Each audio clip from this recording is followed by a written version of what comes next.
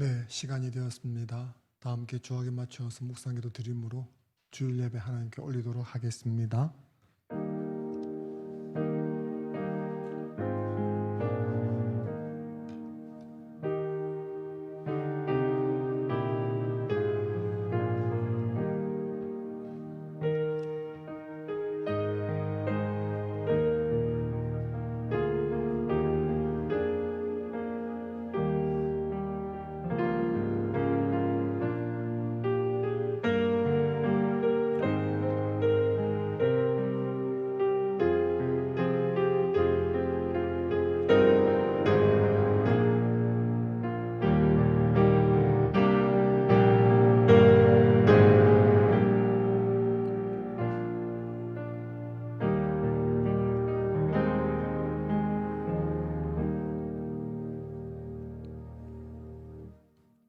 이스라엘아 들으라.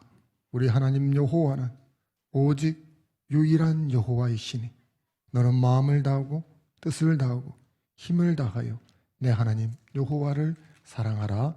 아멘. 온 땅에 충만하시고 모든 만물을 주권의 능력으로 다스리시고 우리 하나님 아버지를 찬송합니다. 홀로 영광 받아 주시옵소서. 우리 하나님 외에 영광을 받으실 분이 누가 있겠습니까?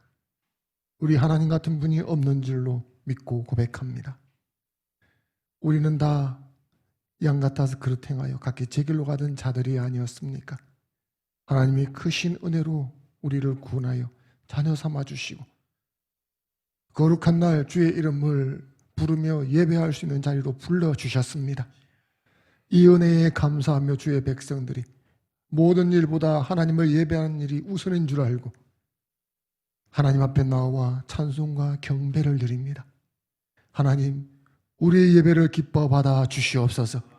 하늘의 문을 여시고 이곳에 우리와 함께 하시고 우리의 예배가 오직 하나님께만 드려질 수 있도록 예배의 처음과 끝을 홀로 주관하여 주시옵소서. 감사드리며 주 예수 이름으로 기도 드리옵나이다. 아멘.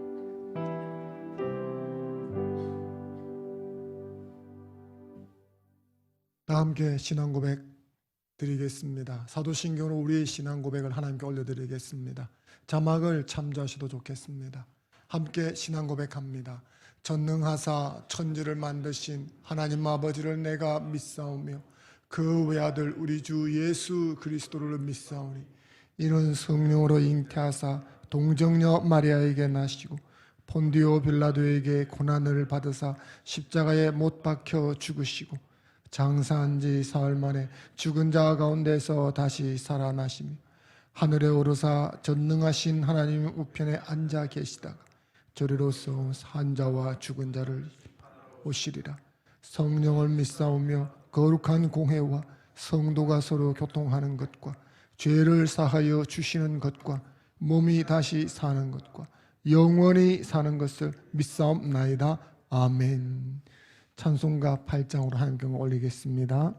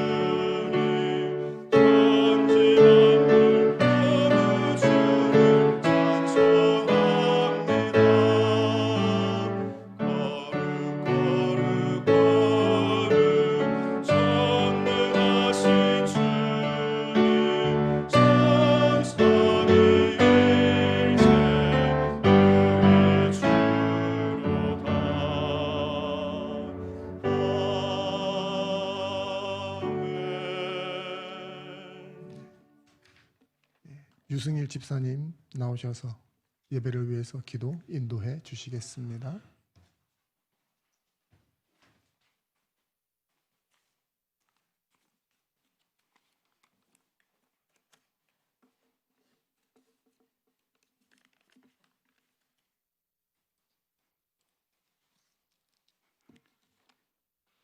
하나님 아버지 감사합니다.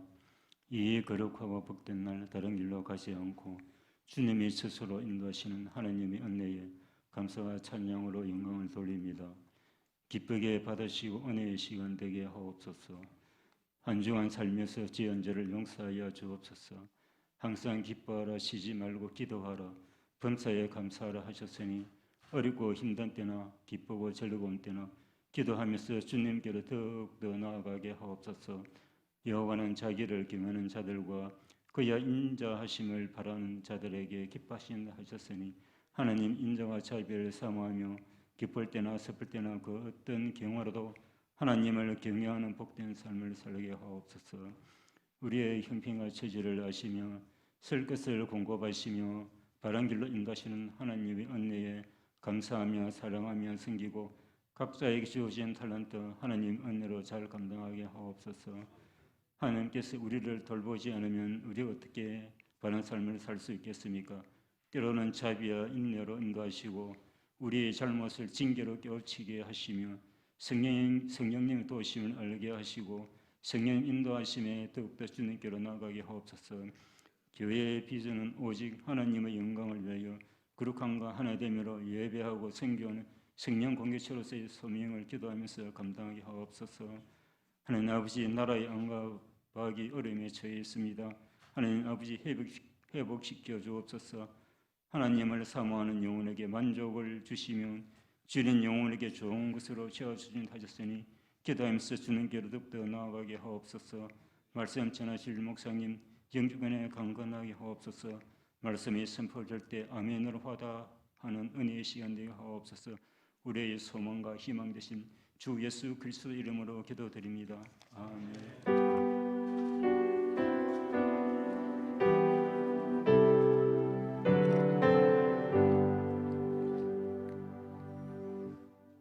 네, 이 시간에는 지난주에 말씀드린 것처럼 성경 암송대 나가시는 분들의 영상을 한번 다시 시청하겠습니다. 네, 영상 같이 들어주시면 좋겠습니다.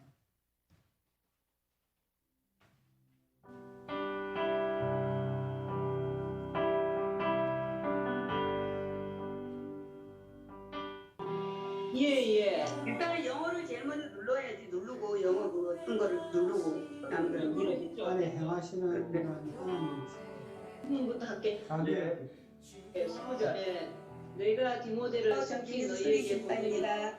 이번 암송 구절을 하면서 하나님아, 사실 이 말씀이 오면서 대충 외우려고 하면은 아무래도 머릿속에 들어가기가 어렵더라고요. 그래서 철을 오고 갈 때든지 설거지를 할 때든지 잠 자기 전 일어나서 계속 하루 종일 이 말씀을 머릿속에 인용이 되더라고요.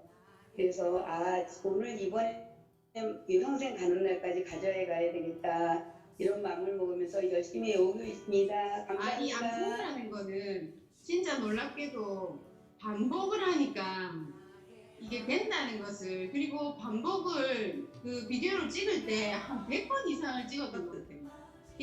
그런 것을 경험하면서 또 제가 자만한 것을 또 스스로가 자책하고 또 회개도 해보고 그러면서 사실 지금도 어설프지만 완벽을 위한 어떤 도전을 계속하고 있습니다. 그래서 이건 누구든지 할 수 있겠다, 많은 성도들이 한번 도전을 해보셨으면 하는 그런 기대도.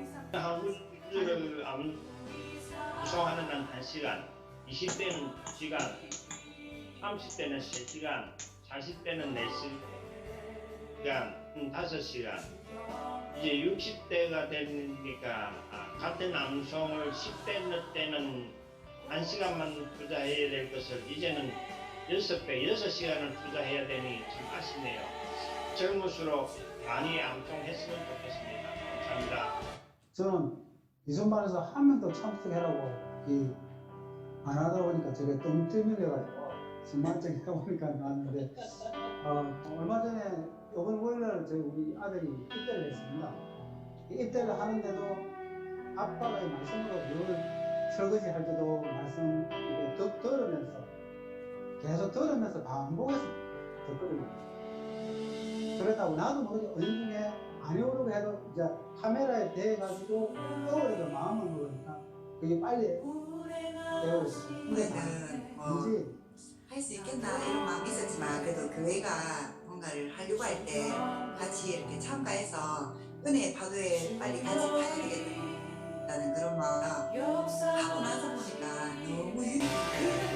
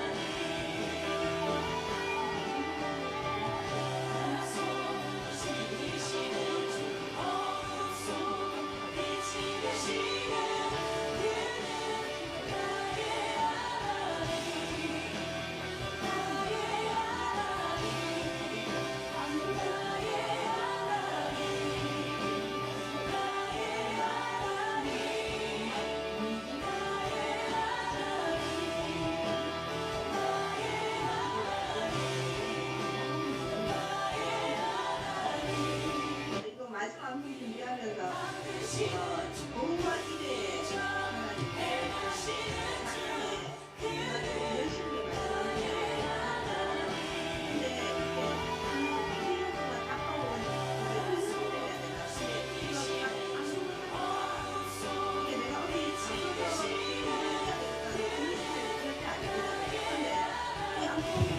예, 영상 준비가 조금 미흡한 점이 있습니다. 소리 좀 낮춰주시고요.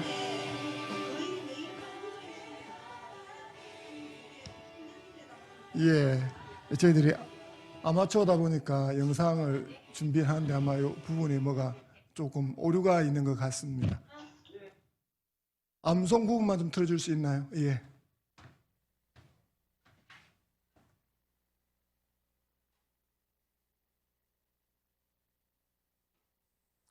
시편 103편 1절에서 22절 내 영혼아 여호와를 송축하라. 내 속에 있는 것들아 다 그의 거룩한 이름을 송축하라.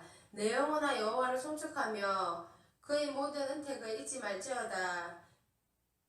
그가 내 모든 죄악을 사하시며 내 모든 병을 고치시며 내 생명을 파멸해서 속량하시고 인자와 긍휼로 관을 씌우시며 좋은 것으로 내 소원을 만족하게 하사 내 청춘을 독수리같이 새롭게 하시는도다.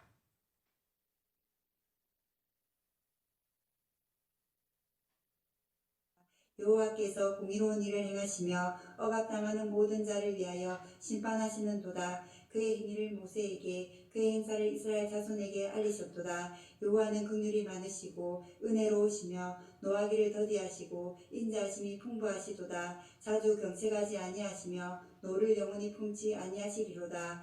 우리의 죄를 따라 우리를 처벌하지는 아니하시며 우리의 죄악을 따라 우리에게 그대로 갚지는 아니하셨으니 이는 하늘이 땅에서 높음같이 그를 경외하는 자에게 그의 인자하심이 크심이로다.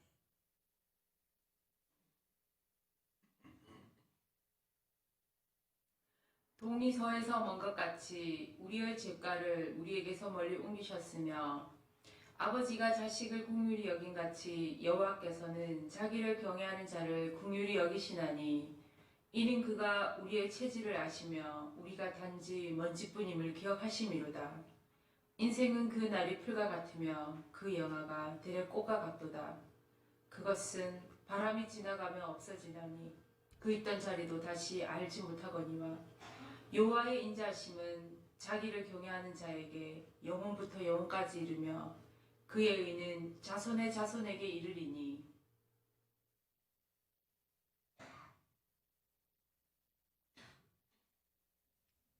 시편 103편 18절에서 22절 곧 그의 언약을 지키고 그의 법도를 기억하여 행하는 자에게로다. 여호와께서 그의 보좌를 하늘에 세우시고 그의 왕권으로 만유를 다스리시도다. 능력이 있어 여호와의 말씀을 행하며 그의 말씀의 소리를 듣는 여호와의 천사들이여 여호와를 송축하라. 그에게 수종들며 그의 뜻을 행하는 모든 천군이여 여호와를 송축하라. 여호와의 지으심을 받고 그가 다스리시는 모든 곳에 있는 너희여 여호와를 송축하라. 내 영혼아 여호와를 송축하라. 시편 103편 18절에서 22절.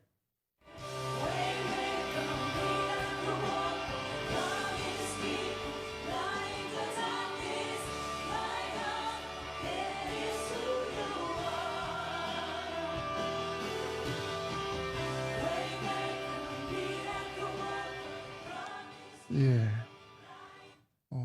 영상을 암송하신 분들이 암송하시면서 상당히 좋았다 이구동성으로 말씀하셔서 그 한마디를 넣는다고 편집했는데 저희들이 실력이 조금 부족해서 뭐 이런 오류가 있었던 것 같습니다. 너 그렇게 생각하시고 어제 그 임시 모임이 있었습니다. 온라인상으로 그걸 하고 이제 보신 것처럼 11월 5일부터 이제 예선이 있고 본선이 있습니다. 좋은 소기의 선거가 있을 수 있도록 여러분이 관심을 가지고 기도해 주시고 또 격려해 주시면 좋겠습니다. 네. 이번에는 그 특별 찬양 시간입니다. 조민아 찬양 간사님 나오셔서 특별 찬양으로 하나님께 올리겠습니다.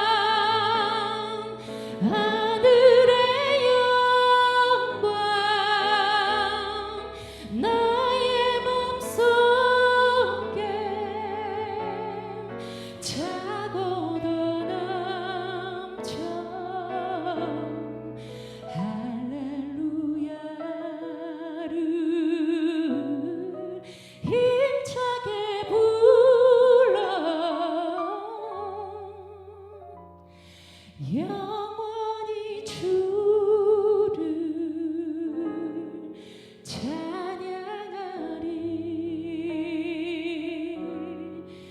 영원히 주를 찬양하리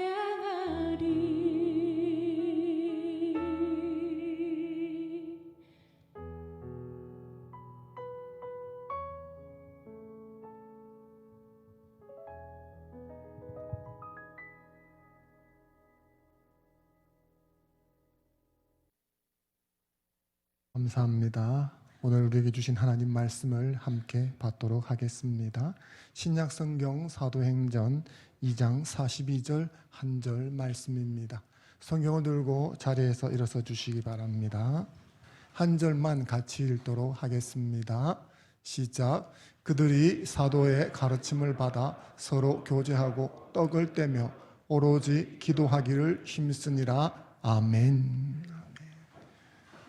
예배 오신 여러분을 주의 이름으로 축복합니다. 옆 사람은 인사하겠습니다. 샬롬. 잘 오셨습니다. 앞뒤로 인사하겠습니다. 샬롬. 복 받으세요. 하나님을 예배하러 온 저와 여러분들에게 하나님께서 준비한 은혜를 부어주시는 시간 될 줄로 믿습니다. 요순 시대라고 들어보셨습니까? 중국 역사에 있어서 가장 이상적인 정치가 베풀어져서 평화롭게 살던 시대를 요순 시대라고 합니다. 그래서 이 요순 시대와 짝을 이루는 말이 태평성대입니다. 오늘날 중국인들은 덕으로 치세하던 요임금과 순임금을 가장 이상적인 군주로 숭배한다고 합니다. 그래서 나라가 어지러울수록 요순시대로 돌아가자라고 외치면서 요순시대를 구현하려고 힘을 씁니다. 교회에도 이와 비슷한 구호가 있습니다. 교회가 운동력을 잃어버리고 생명력을 상실한 것 같아서 무기력해질 때면 늘상 등장하는 구호가 있습니다. 그 구호는 초대교회로 돌아가자라는 것입니다. 여기서 말하는 초대교회란 오순절 성령 강림 사건으로 형성된 예루살렘 교회를 1차적으로 일컫는 말입니다. 초대 기독교 교회 공동체인 예루살렘 교회는 후세대 교회들이 정말 부러워하는 교회의 모델이 됩니다. 날마다 예수님을 믿는 사람들의 숫자가 증대해가는 교회. 교회 공동체와 연관해서 치유와 기적이 많이 일어나던 교회. 서로의 필요를 채워주던 공동체. 그래서 주변 사람들에게 칭찬받는 집단. 말하자면 생명력 있는 신앙을 가진 신자들로 가득해서 날마다 부흥하는 교회가 초대교회라 할 수 있습니다. 목회자들은 목회자대로 부러워하고 또 신자들은 신자들대로 부러워하는 교회, 그것이 바로 예루살렘 교회입니다. 그렇다면 이런 우리가 흠모하는 예루살렘 교회의 모습이 어떠한지 좀 더 분명하게 살펴볼 필요가 있겠죠. 과연 예루살렘 교회의 신앙생활은 어떠했을까? 과연 거기에서 우리는 어떤 것을 본받을 수 있을까? 그런 생각을 가지고 오늘 본문 말씀을 함께 나누려고 합니다. 본문 42절을 다시 한번 같이 읽어보겠습니다. 시작. 그들이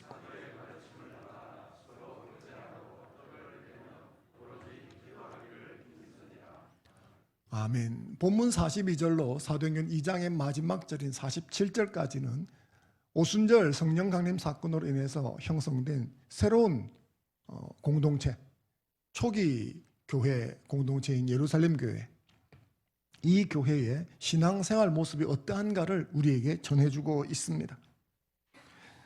이 단락에서 우리는 하나님 나라 백성이 어떠한 삶을 살아가고 있는지를 이 예루살렘 교회를 통해서 잠깐 엿볼 수가 있습니다. 그 모습들 중에서 제일 먼저 언급되고 있는 부분이 바로 사도의 가르침이라고 하는 부분이죠. 여기서 사도의 가르침은 말씀 선포라고 할 수 있는데 대개 초기 교회 공동체의 말씀 선포는 크게 세 가지 유형을 가지고 있었습니다. 첫 번째는 캐리그마, 헬라어입니다. 선포 혹은 공포라는 뜻을 가지고 있습니다. 공식 사자가 공중 앞에서 공적 선언을 하는 일방적 선포를 말합니다. 예를 들면 정책 발표 혹은 법령 발표 혹은 전쟁 선언. 그러니까 이건 일방적인 것이지 무슨 논박을 받거나 하는 그런 것이 아닙니다. 몇 월 며칠 몇 시에 일본과 전쟁을 시작합니다. 뭐 이런 거라든지 뭐 김영란법을 몇 월 며칠 몇 시부터 발효합니다. 뭐 이런 식인 거죠.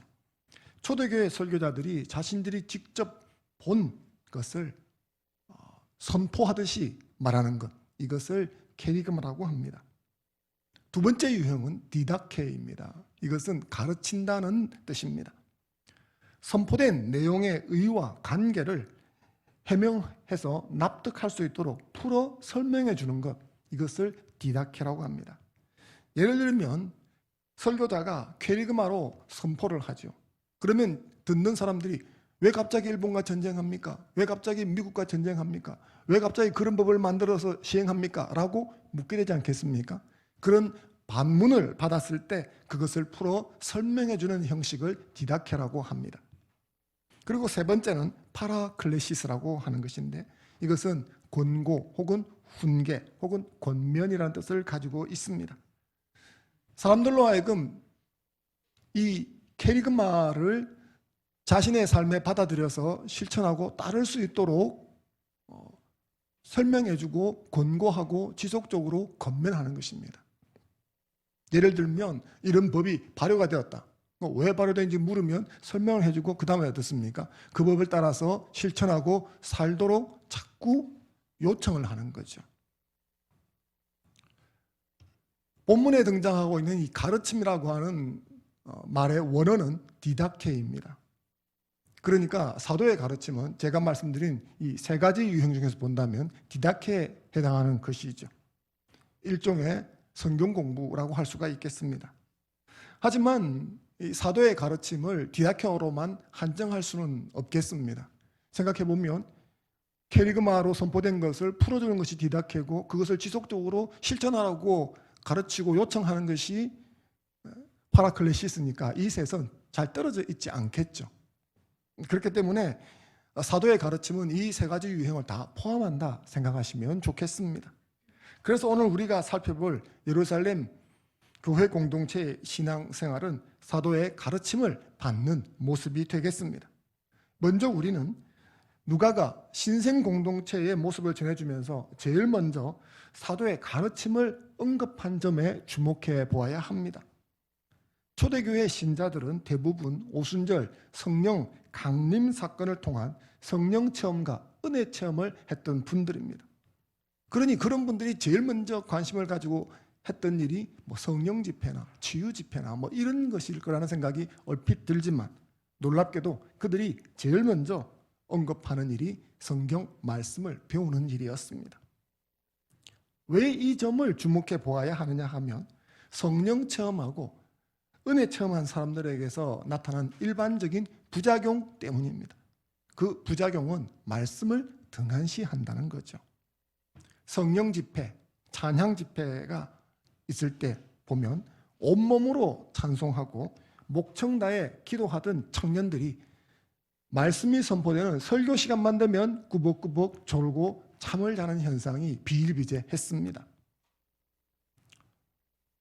여러분도 그런 것을 경험하신지 모르겠습니다. 찬송 부를 적에 은혜가 되는데 설교 말씀만 들으면 잠이 온다. 이런 모습은 말씀을 등한히 하는 단적인 예인데 이것은 비단 감성적인 청년들에게서만 나타나는 현상은 아닙니다. 제가 목회 초년 시절 창원에서 개척교회를 할 때에도 이런 모습을 종종 보곤 했습니다. 소위 교회나 기도원에서 은혜를 받으신 분들이 있는데 그분들이 대부분 한 교회에 잘 정착하지를 못했습니다. 이 교회, 저 교회를 전전하다가 결국은 자기들끼리 모여서 예배를 드리고 모임을 이어가다 어느 순간 보면 이단 사이비로 빠지는 안타까운 현상을 제가 더러 목격을 했습니다. 제가 그때 느낀 이분들의 문제점은 말씀에 대한 순종 훈련이 전혀 되어 있지 않다는 것이었습니다. 이분들이 입만 열면 성령 체험, 은사 체험, 하나님 중심, 성경 중심 뭐 이런 이야기를 하는데 정작 어떤 결정적인 순간이 되어지면 하나님 말씀 앞에 자신의 경험, 자신의 체험을 결코 굴복시키지 않더군요. 이를테면 하나님 말씀은 자신이 출석하고 있는 교회의 영적 권위자에게 순종하라고 가르치고 있습니다. 하지만 결정적인 순간이 되어지면 그런 말씀을 무시하는 것을 제가 더러 많이 보았습니다. 어떤 교회 목사님이 지금 하고 있는 은사 기도는 교회의 덕이 되지 않으니까 그것을 하지 마십시오 라고 이야기를 하면 목사님이 하나님보다 위에 있나? 성령께서 하라고 하는데 왜 목사가 이것을 못하게 하느냐? 목사님이 성령을 모르고 목사님이 하나님을 모르기 때문에 이런 소리를 한다. 그래서 목사님이 잘못했다. 그렇게 하다가 안 되면 그냥 교회를 떠나는 것을 제가 보았습니다. 혼자 떠나는 것도 아니고 우르르 사람들을 몰고 떠나버립니다. 그러면 남아있는 교회는 어떻게 되겠습니까? 말씀으로 신앙의 밑바탕이 정립되어 있지 않았을 때 성령 체험, 은혜 체험이 오히려 위험할 수 있다라는 것은 이미 성경이 경고하고 있는 바입니다. 사도행전 8장 18절로 19절 말씀을 같이 한번 읽어보겠습니다. 시작. 시몬이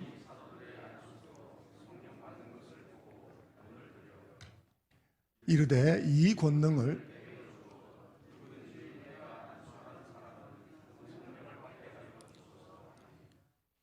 사마리아 성에는 시몬이라는 이름을 가진 큰 마술사가 있었습니다. 이 사마리아 성은 7으로 선택받았던 전도자 중에 한 사람 빌립이 복음을 전했던 곳입니다. 그리고 큰 성령 역사가 일어났죠.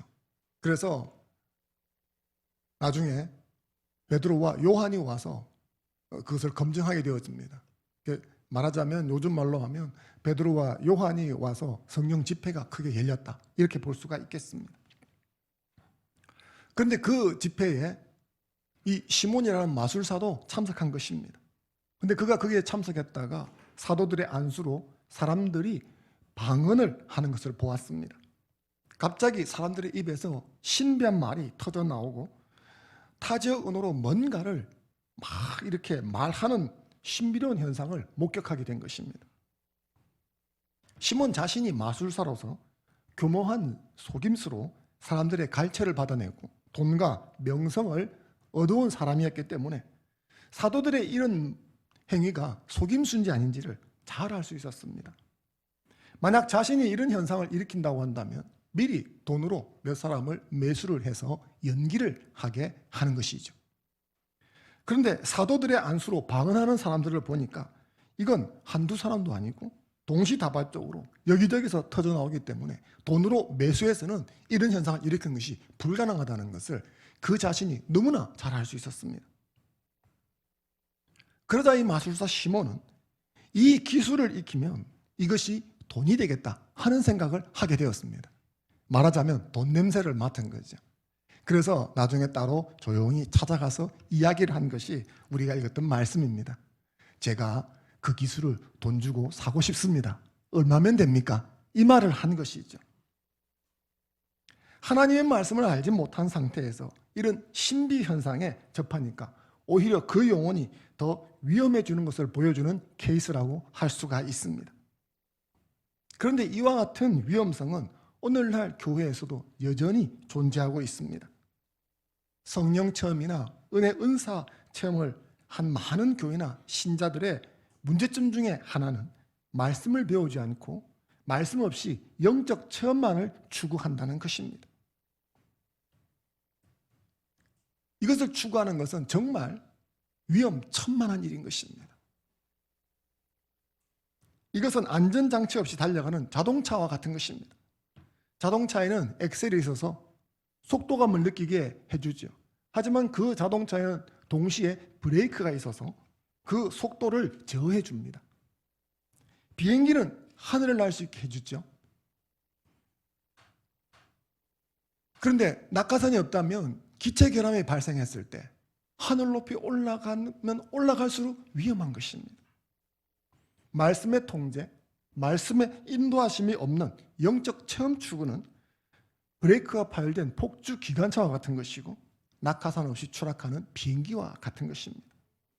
말씀이란 우리 신앙생활의 뼈대를 형성해 주는 것이고 틀을 만들어 주는 것입니다.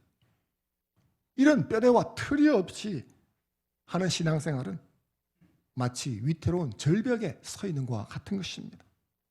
마법사 시몬은 성령 체험에 은혜로운 현장 가운데 있었지만 그에게 말씀이 없었기 때문에 그가 성령 충만 받는 대신에 사이비가 될 위험에 노출된 것입니다.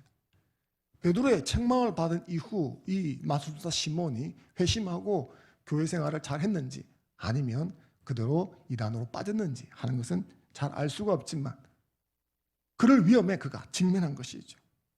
하나님의 말씀에 기초한 신앙이야말로 가장 중요한 것이라 할 수가 있습니다.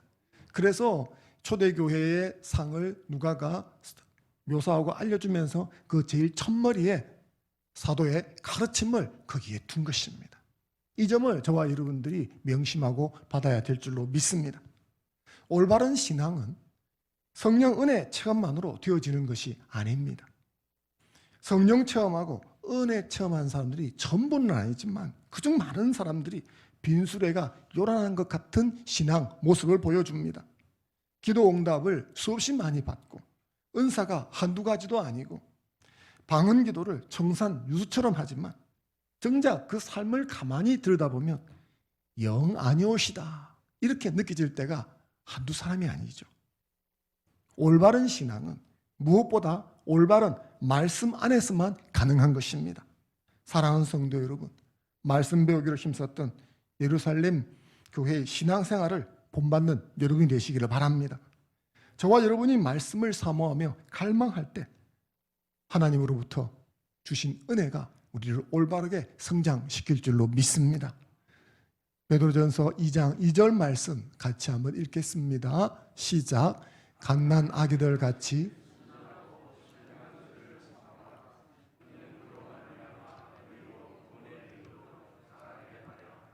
아멘. 그 다음으로 우리가 생각해 볼 점은 누구에게서 배웠느냐라는 것입니다. 자, 이들은 누구에게서 배웠습니까? 사도들에게 배웠습니다. 질문이 쉽죠? 한 번 더 묻겠습니다. 이들은 누구에게 배웠습니까? 사도들에게 배웠습니다. 이 간단한 문답 속에 들어있는 내용이 뭐냐 하면 정통성이라는 것입니다. 신앙의 정통성에 대한 부분이 여기에 담겨 있는 것이죠. 교회는 사도들의 가르침 위에 세워지는 것입니다. 예수 그리스도의 가르침 그리고 그 가르침을 받았던 사도들의 가르침 위에 교회라는 것이 세워지는 것입니다. 에베소서 2장 20절 말씀 같이 한번 읽어보겠습니다. 시작. 너희는 사도들과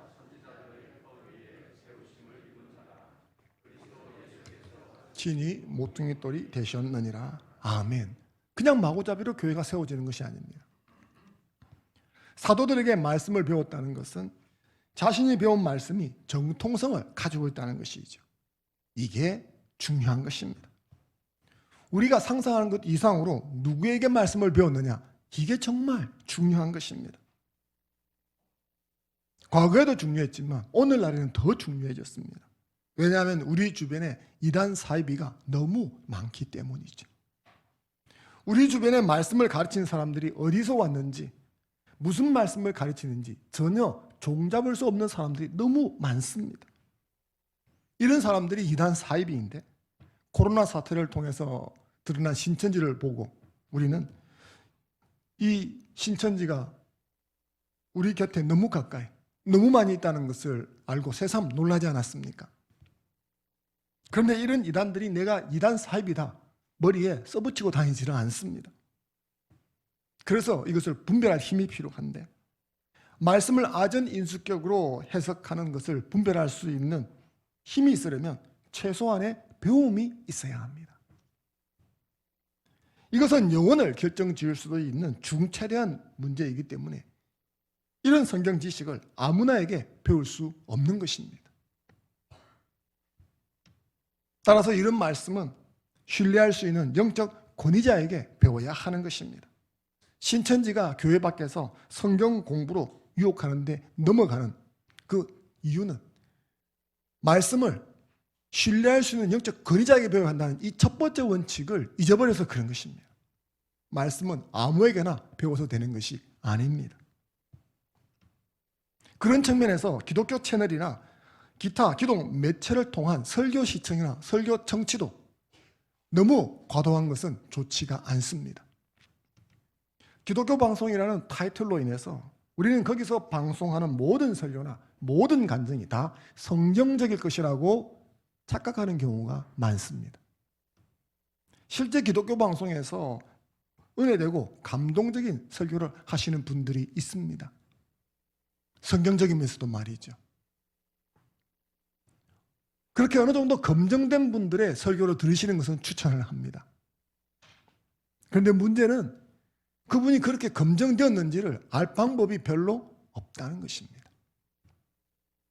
그리고 실제로 이런 기독 매체를 통해서 방영되거나 혹은 전파를 타는 설교나 간증, 가르침 등 가운데 성경적이지 않은 경우가 왕왕 있습니다. 이단 사이비 문제가 불거진 사람의 설교가 여과 없이 방영되곤 했습니다. 성경 해석이 너무 극단적으로 치우쳤기 때문에 좀 너무 많이 위험하다.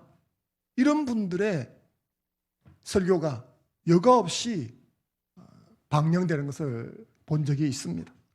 언젠가 계시록의 666을 해석하는데 그것을 바코드니 생체 인식이니 세계 정부니 그렇게 하면서 사람들을 극단적으로 호기심을 충족시키고 마음의 충동질을 일으키는 그런 것들이 설교라고 해서 전파되는 것을 제가 보았습니다. 이런 것들은 위험한 것입니다. 그러므로 기독 매체를 통해서 방영되는 설교가 기독 매체를 통한 것이기 때문에 다 성경적이라는 생각을 가지고 무비판적으로 여러분이 받아들이시면 안 되는 겁니다. 그래서 너무 과도하게 많이 듣는 것도 그렇게 좋지는 않습니다. 절제할 필요가 있습니다. 사랑하는 성도 여러분, 가르치고 설교한 자가 누구인지를 명확하게 알고 그 가르침을 수용하는 지혜를 발휘하시기 바랍니다. 그렇다면 가장 신뢰할 수 있는 영적 권위자는 누구이겠습니까? 그것은 자기가 출석하는 교회의 목회자가 되어야 하는 것입니다.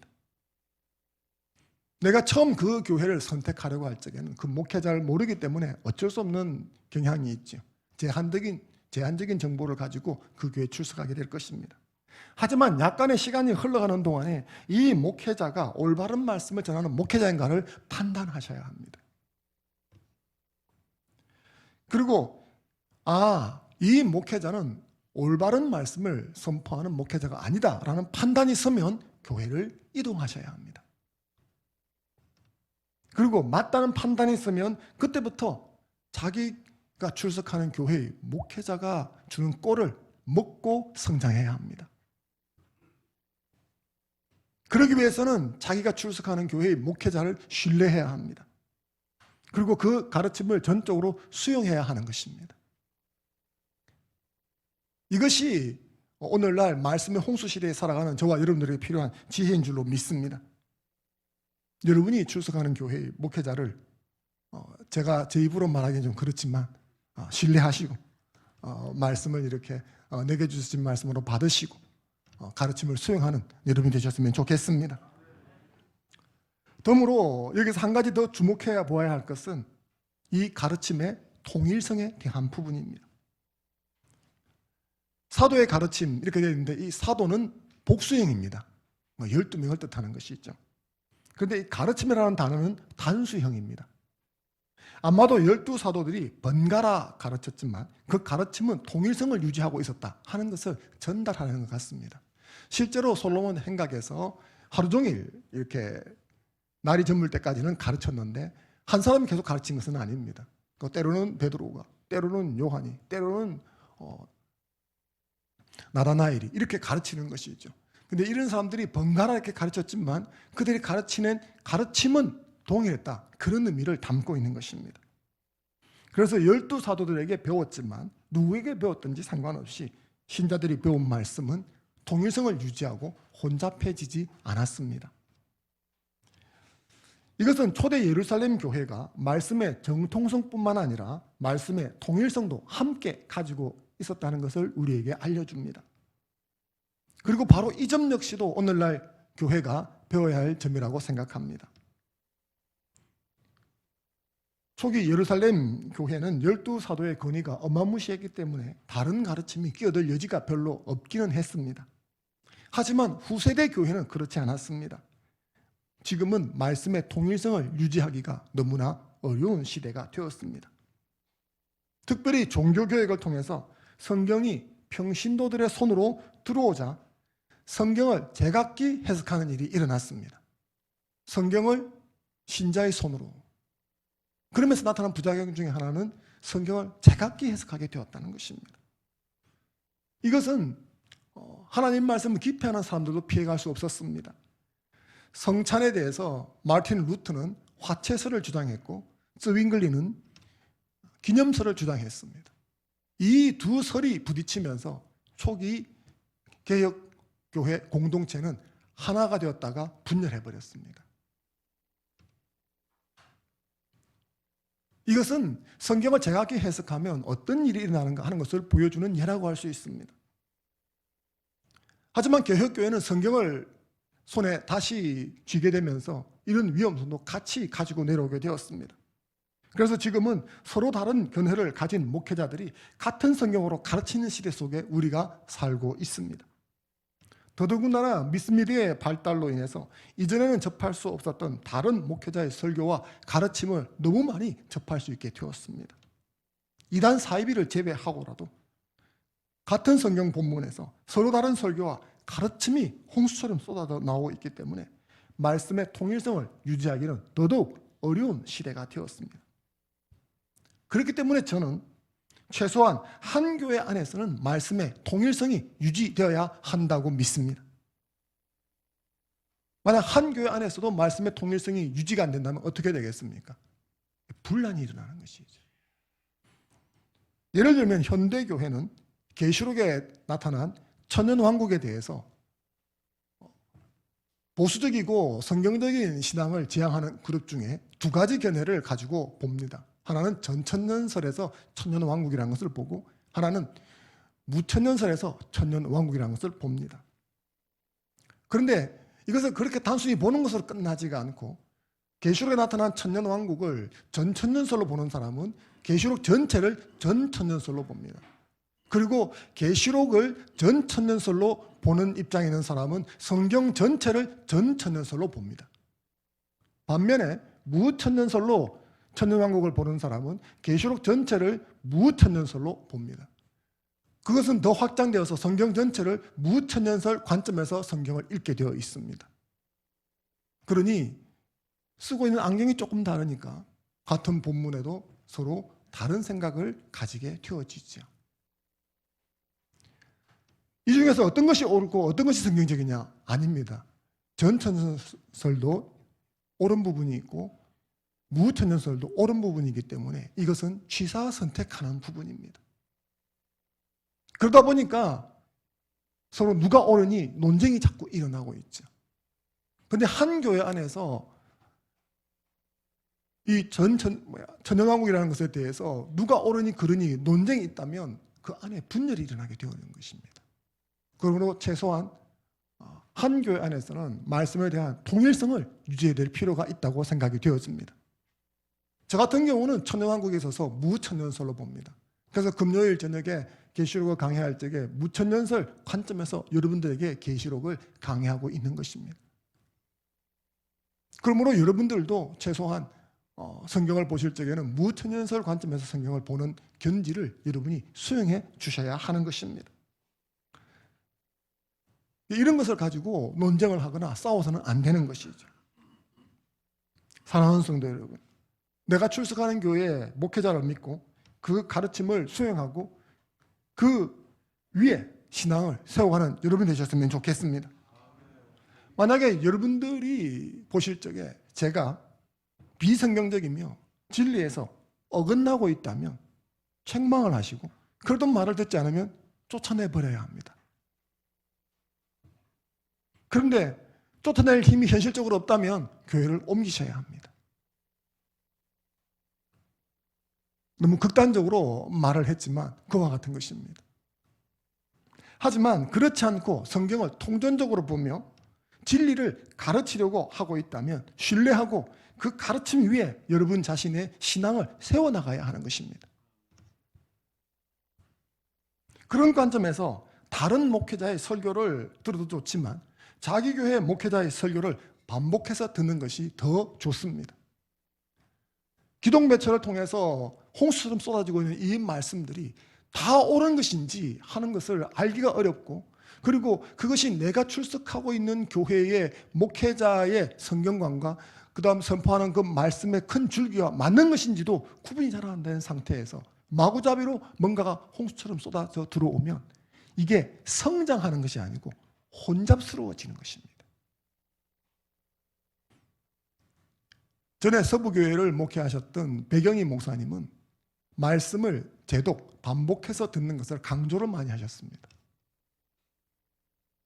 10번, 20번 그렇게 들을 필요는 없지만 여러분들이 주일에 선포된 말씀을 가능하다면 주중에 한두 번 정도는 다시 반복해서 들으실 것을 제가 당부드리고 싶습니다. 물론 제가 설교를 잘하는 것도 아니고 그래서 반복해서 들을 만한 정도로 주옥 같은 설교가 아닌 것은 제 자신이 잘 알고 있습니다. 예, 감사합니다. 하지만 좀 부족한 설교를 할지라도 진리를 추구하면서 선포되는 설교라면 여러분이 반복해서 들으시면 성령께서 은혜를 입혀주셔서 그 말씀 가운데 깨닫게 하시고 진리의 말씀 여러분 속에 심겨주도록 은혜를 입혀주실 줄로 믿습니다. 그리고 그렇게 해서 여러분의 신앙을 쌓아 나간 상태에서 홍수처럼 밀려오는 이 기독 매체를 통한 여러 가지 기독 정보와 혹은 말씀, 가르침 이런 것들을 여러분이 접하면 여러분 속에서부터 그것들을 분별할 수 있는 힘이 생겨지는 것입니다. 그렇게 해서 취사선택해서 받아들여야 성장할 수 있는 것입니다. 그래서 저는 여러분들이 누가에서 배운 것을 알고 그 가르침 위에서 신앙을 세워나가는 지혜로운 자가 되기를 주님의 이름으로 축원합니다. 제가 여러분에게 두 가지를 말씀드렸죠. 제일 먼저 왜 이것이 첫머리에 나와 있는가, 그리고 누구에서 배웠는가, 그리고 이제 마지막으로 살펴볼 것은 그들이 무엇을 배웠는가 하는 것입니다. 가르침이니까 내용이 있겠죠. 뭘 가르쳤고 뭘 배웠을까요? 당시에는 오늘날과 같은 성경이 정립되어 있지 않았습니다. 다시 말해서 구약 성경만 있었고 우리가 말하는 마태복음이니 사도행전이니 갈라디아서니 요한계시록이니 이런 신약 성경들은 하나도 쓰여지지 않았던 시대였습니다. 당연히 신학교에서 가르치는 오늘날의 조직신학 같은 것도 가르쳤을 리가 없지요. 그리고 보통 우리가 생각하는 성경 공부, 예를 들어서 마태복음 12주 성경 공부, 제자훈련, 책을 가지고 교재를 가지고 하는 이런 형태의 성경 공부였을 리도 없는 것입니다. 그렇다면 그들은 무엇을 배우고 무엇을 가르쳤을까요? 사도행전을 통해서 혹은 사복음서를 통해서 대충 세 가지 정도를 가르쳤을 것이다. 그렇게 우리가 생각을 합니다. 첫 번째는 예수 그리스도의 생애에 대해서 가르쳤을 것이다. 예수 그리스도의 탄생, 그리고 공생의 사역에 있었던 여러 가지 사건들, 그리고 죽으심과 부활, 승천 이런 것들을 가르쳤을 것이다. 예를 들면 예수님께서 오병이어로 5,000명을 먹이시고 12광들이 가득 남는 기적을 일으킨 분이시다. 예수님께서는 십자가에 죽으실 것을 아시면서도 제 발로 예루살렘 향해서 걸어가셨던 분이시다. 이런 것들을 가르쳤다는 것입니다. 그리고 이런 가르침들을 들은 사람들이 그런 내용들을 모아서 기록한 책이 사복음서인 것입니다. 두 번째는 예수 그리스도의 가르침을 가르쳤을 것이다. 즉 예수 그리스도께서 공생애를 살아가시면서 했던 여러 가지 교훈들이 있었죠. 진리의 교훈들이 있었는데 그걸 가르쳤을 것이다. 예를 들면 너희는 먼저 그의 나라와 그의 의를 구하라 하는 이 주님의 가르침을 가르친 것이죠. 무엇을 먹을지 걱정하지 말고 먼저 하나님 나라를 구하라고 예수님께서 가르치셨는데 이것을 우리가 마음에 받아야 한다. 이렇게 가르쳤지 않겠습니까? 내가 곧 길이요 진리요 생명이니 나로 말미암는 것은 하나님께로 갈 수 있는 자가 아무도 없다 하는 주님의 말씀을 가르치시면서 예수 외에는 구원받을 그 어떤 길도 방법도 없다라는 것을 가르쳤을 것입니다. 예수님께서는 당신으로부터 시작된 이 땅에서의 하나님 나라가 제자들을 통해서 땅끝까지 전파되어야 한다는 것을 가르치셨는데 그 하나님 나라에 대한 예수님의 비전, 그 소명 이런 것들을 가르쳤을 것입니다. 그리고 한 가지 마지막으로 더 가르친 것은 그리스도 중심으로 재해석한 구약 성경, 토라를 가르쳤을 것입니다. 예수 그리스도가 구약 성경에 예언된 선지자이심을 구약 성경 말씀을 인용해서 가르친다는 것이죠. 이것은 앞에 있었던 사도 베드로의 설교를 통해서 우리가 익히 잘 알 수 있었습니다. 요엘 선지자의 말씀을 통해서 혹은 시편 16편을 통해서 가르치는 거죠. 또 이런 것입니다. 오병이어의 사건을 이야기를 하면서 예수님은 이렇게 기적을 일으키는 분이십니다. 이렇게 말을 하고 구약 성경을 인용하면서 이 기적을 일으키신 것은 바로 이분이 모세가 예언한 그 선지자였기 때문입니다. 라고 이렇게 가르쳤을 것입니다. 여리고성을 통과하면서 예수님께서 눈먼 자의 눈을 뜨게 해준 사건을 이야기를 해줍니다. 그러면서 왜 예수님께서 이 눈먼 자의 눈을 뜨게 하셨는가? 구약 성경을 펴시면서 메시아가 오면 하는 사역 중에 하나가 눈먼 자가 볼 수 있게 만들어주는 것이다. 예수님은 구약에 예언된 그 메시아다라는 것을 가르친다는 것이죠. 그렇게 하면서 작금에 일어나고 있는 이 모든 성령 사건들이 구약 성경에 지지를 받고 있다 하는 것을 가르치는 것입니다. 오순절 성령 임하심은 요엘 선지자를 통해서 예언된 그 예언의 성취인 것이고 이 예언의 성취는 예수 그리스도의 구속 사역을 통해서 가능해졌다. 이런 것들을 가르쳤다는 것입니다. 그래서 정리해 보자면 이 초기 예루살렘 교회 공동체는 예수 그리스도의 생애와 또 예수 그리스도의 가르침과 그리고 그 예수 그리스도에 대한 구약 예언의 증거들을 가르쳤다. 이렇게 볼 수가 있는 것입니다. 그래서 지금 같은 교재도 없고 혹은 교보제도 없었지만은 그들은 나름대로 체계적으로 예수 그리스도에 대해서 많은 것을 배웠다는 것을 알 수가 있습니다. 초대교회 성도들은 이렇게 예수님이 누구신지 어떤 일을 하셨는지 나름대로 체계적으로 배웠습니다. 이렇게 배운 그들은 예수님이 누구신지를 막힘없이 증거할 수 있었습니다. 사도행전 6장 10절 말씀을 같이 한번 읽어보겠습니다. 시작. 스데반이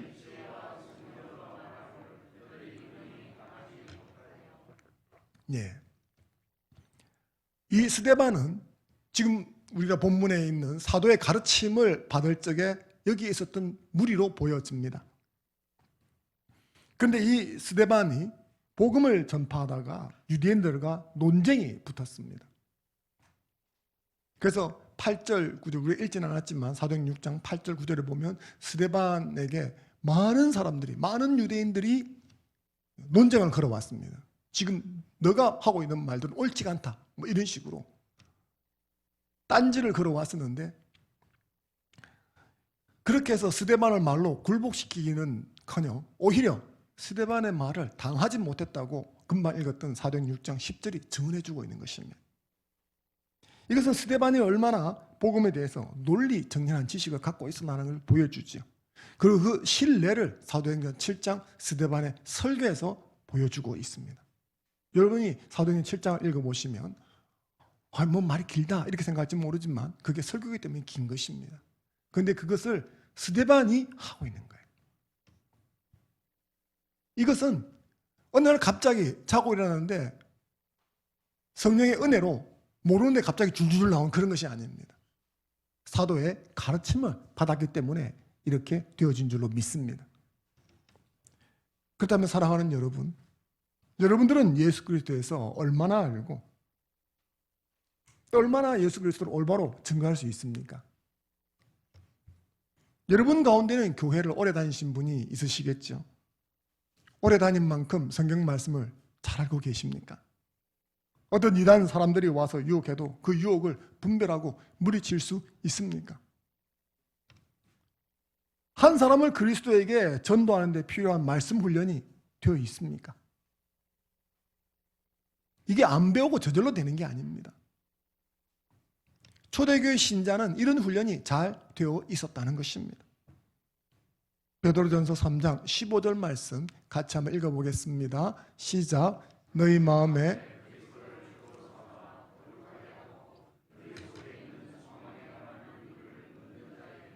대답할 것을 항상 준비하되. 아멘. 묻는 자에게 대답할 것을 준비해 놓아야 합니다. 배워야 준비가 되죠. 저는 우리 화평교 여러분들이 이렇게 말씀을 배우고 더 나아가서 가르칠 수 있는 자가 되기를 바랍니다. 그런 말씀을 배우기를 사모하고 또 배우는 자리에 열심으로 참여하는 여러분 되시기를 주의 이름으로 축원합니다. 어떤 어머니에게 아들이 있었습니다. 근데 이 아이가 중병이 들어 갑자기 죽을 위기에 놓였습니다. 아이 엄마가 병원을 찾아가서 눈물로 호소했지만 이 병은 저 병은 모두 다 살릴 수 없다고 말했습니다. 그런데 그때 한 의사가 자기가 수술을 해보겠다고 했습니다. 그리고 장시간의 수술 후 아이는 극적으로 생명을 건졌습니다. 아이 엄마는 몇 번이고 의사에게 고맙다고 절을 하고 아이를 데리고 퇴원했습니다. 그리고 시간이 흘렀는데 이 아이가 청년이 되었을 때 이 아이 엄마는 다시 이 의사를 만나게 되었습니다. 이번에는 칼에 찔려 피를 흘리면서 생명을 보장할 수 없는 상태로 병원에 찾아가게 되었습니다. 아이는 청년기를 거치면서 거칠고 난폭한 삶을 살게 되었습니다. 마약과 폭력에 노출되어 인생을 낭비하다가 패싸움 끝에 칼에 찔려 죽을 지경이 된 것이죠. 의사가 최선을 다해 수술했지만 결국 죽고 말았습니다. 아이 엄마와 의사는 서로를 바라보면서 어쩌다 이렇게 되었는지 망연자실했습니다. 그러다가 문득 의사가 이렇게 말했습니다. 우리는 아이의 목숨을 살릴 생각만 했지 아이에게 올바로 사는 법을 알려주지 못했나 봅니다. 그렇습니다. 그냥 시간이 흘러간다고, 그냥 나이를 먹는다고 올바로 성장하는 것이 아닙니다. 그냥 살려만 놓는다고 생명이 붙어 있다고 올바로 성장하는 것이 아닙니다. 그냥 살면 잘 살아지는 것이 아닙니다. 올바로 배워야 올바로 잘할 수 있는 것입니다. 신앙생활도 마찬가지입니다. 그냥 교회 다니고 교회 다닌 세월이 켜커이 많이 쌓였다고 올바른 신앙을 가지는 것이 결코 아닙니다. 어떤 면에서는 그것은 성장이 아니라 비대해지는 것입니다. 비만이 되는 거죠. 올바른 신앙은 올바로 배워야만 가능한 것입니다. 초대 예루살렘 교회 신앙생활에서 사도의 가르침, 이것을 우리가 벤치마킹 해야 될 이유가 여기에 있는 것입니다. 말씀을 배우기를 힘쓰는 저와 여러분이 되었으면 좋겠습니다. 디모데후서 3장 16절 17절 말씀 같이 한번 읽겠습니다. 시작.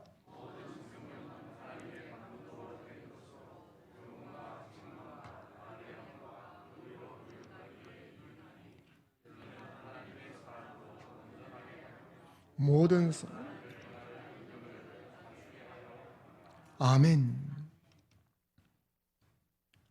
교회까지 와서 뭔 말씀을 배워야 되나, 공부하는 건 머리에 찐하는데 여기서도 공부를 해야 되나, 그런 생각을 하지 마시고 할 수 있는 대로, 기회가 있는 대로 말씀을 배우고 가까이 하는 여러분 되셨으면 좋겠습니다. 지금은 코로나 시기이기 때문에 뭔가 모여서 하기가 힘든 시대이지 않습니까? 그러나 여기서도 우리가 할 수 있는 것을 해야 되겠습니다. 그래서 말씀드린 것처럼 가능하다면 여러분들이 주일에 선포된 말씀을 주중에 한 번 이상이라도 다시 한번 들어보시기를 권합니다. 반복적으로 듣다 보면 주일에 또 놓쳤던 은혜를 받을 수도 있는 것이죠. 그리고 기독교에 대한 진리에 관심을 가지고 교회를 중심으로 목회자의 가르침을 바탕으로 말씀에 대한 통전적 이해를 키워가려고 애를 쓰시기 바랍니다. 그래서 좋은 것 중에 하나가 뭐냐면 말씀을 암송하는 것입니다. 근데 그냥 암송하지 마시고 말씀드린 것처럼 통전적인 이해를 키워갈 수 있는 말씀을 암송하는 것. 그래서 주제별 암송을 하면 여러분이 많은 도움이 되어집니다.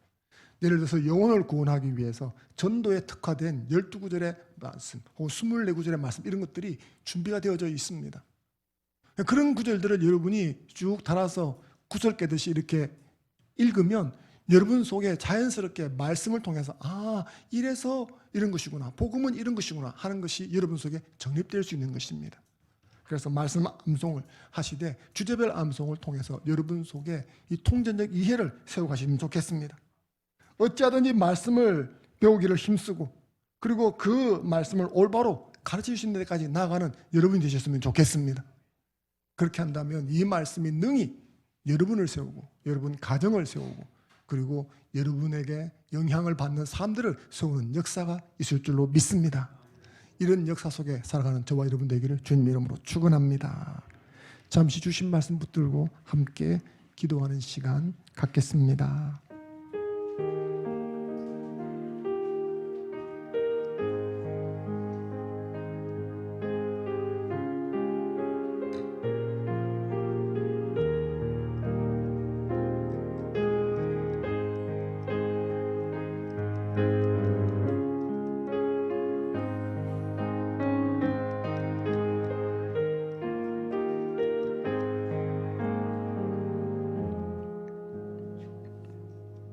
전능하시고 자비하신 하나님, 사망의 그늘에서 우리를 건져 생명의 아들의 나라로 옮겨주신 것 감사합니다. 그런데 그 생명이 성장하기 위해서는 신령한 젖을 먹어야 합니다. 하지만 우리는 그냥 절로 성장할 것처럼 잘못 생각할 때가 많습니다. 예루살렘 교회가 말씀 배우기를 사모하고 열정을 가졌던 것처럼 우리 화평교회가 말씀을 사모하고 배우기를 힘쓰는 교회가 되게 하여 주시옵소서. 그래서 그 말씀에 따라 책망받고 교정받고 그 말씀의 인도함을 받아 하나님의 온전한 사람으로 성장하여 맡겨주신 영혼들에게 맡겨준 그 영역들을 하나님의 나라로 세워가는 놀라운 주의 종들이 다 되게 하여 주시옵소서. 찬송가 200장 찬송 드리면서 봉헌기도 하나님께 올리도록 하겠습니다.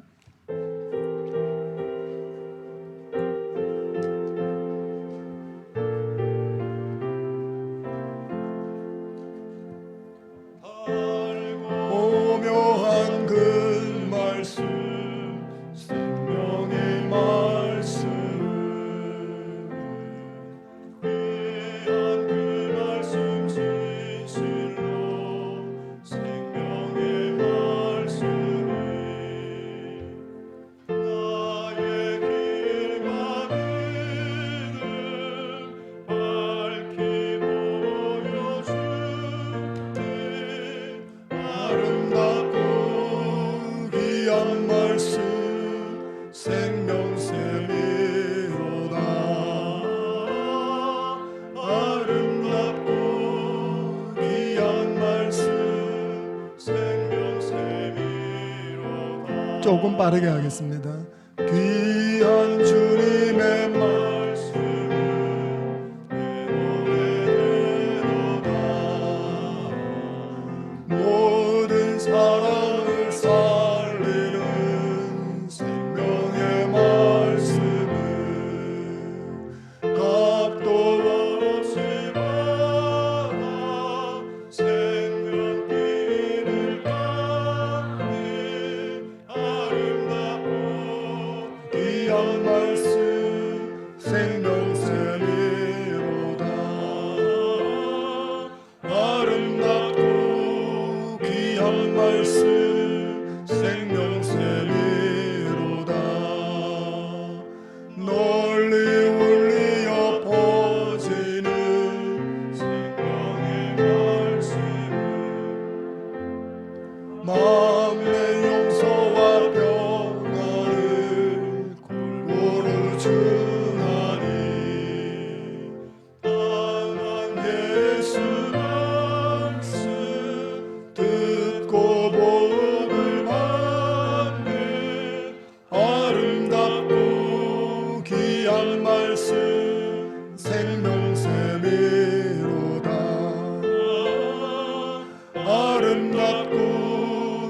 귀한 말씀 생명샘이로다.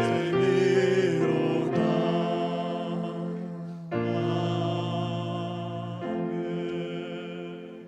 봉헌기도 하겠습니다. 너의 재물과 너의 소산물에 처음 익은 열매로 여호와를 공경하라. 그리하면 너의 창고가 가득히 차고 내 포도즙 틀에 새 포도즙이 넘치리라. 아멘. 할렐루야. 주신 분이 하나님이십니다. 모든 것이 하나님 손에 왔다 하나님 손에 가는 줄로 믿습니다. 이 예물이 하나님을 기쁘시게 하는 예물 되게 하시고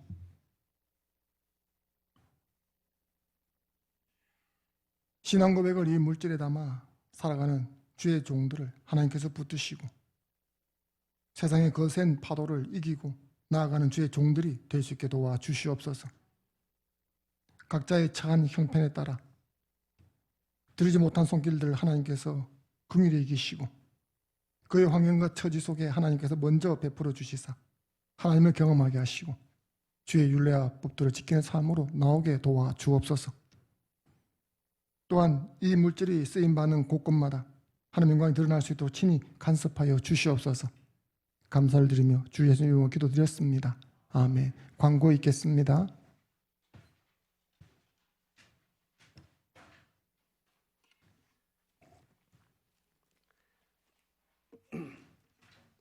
성도분들 교회에 입장하실 때 열 체크하시고 QR코드 확인해 드린다고 수고 많으십니다.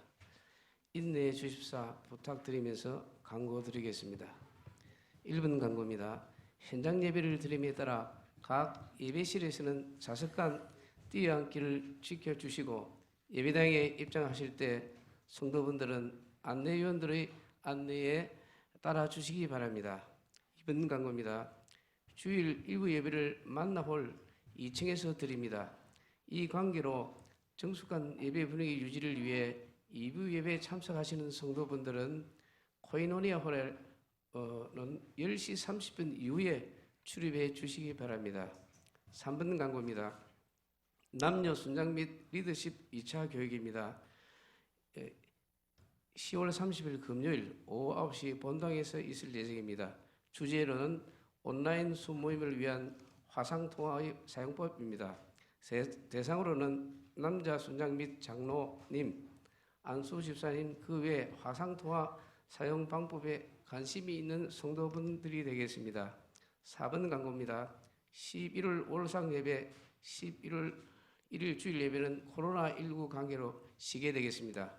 5번 광고입니다. 다음 주일 11월 1일 예배 참석 안내 광고입니다. 1부 예배는 여 4, 5 순마을, 남 1, 2 순마을, 2부 예배는 여 1, 2, 3 순마을, 한나순 청년부 되겠습니다.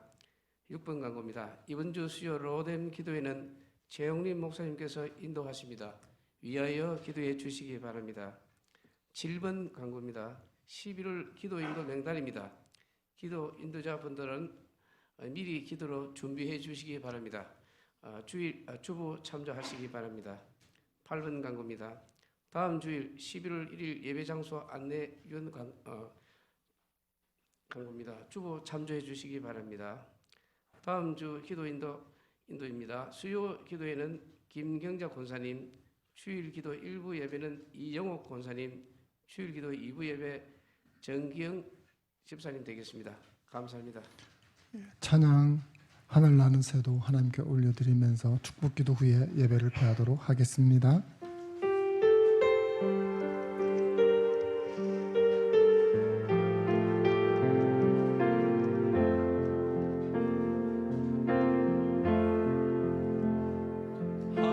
하늘에 나는 새도 주 손길을 보시네 온 땅에 충만한 주 사랑으로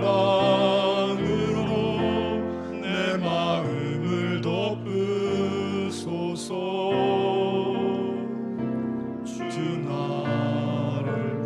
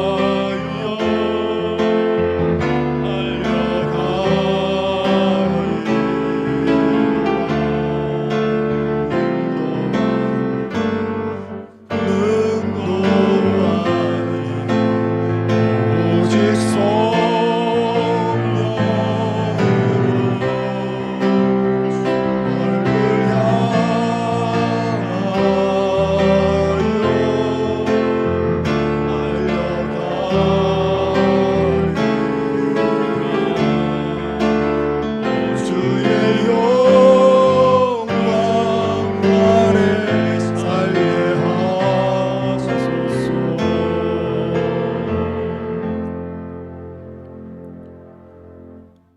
여호와는 너에게 복을 주시고 너를 지키시기를 원하며 여호와는 그의 얼굴을 너에게 비추사 은혜 베푸시기를 원하며 여호와는 그 얼굴을 너에게 향하여 드사 평강 주시기를 원하노라. 아멘.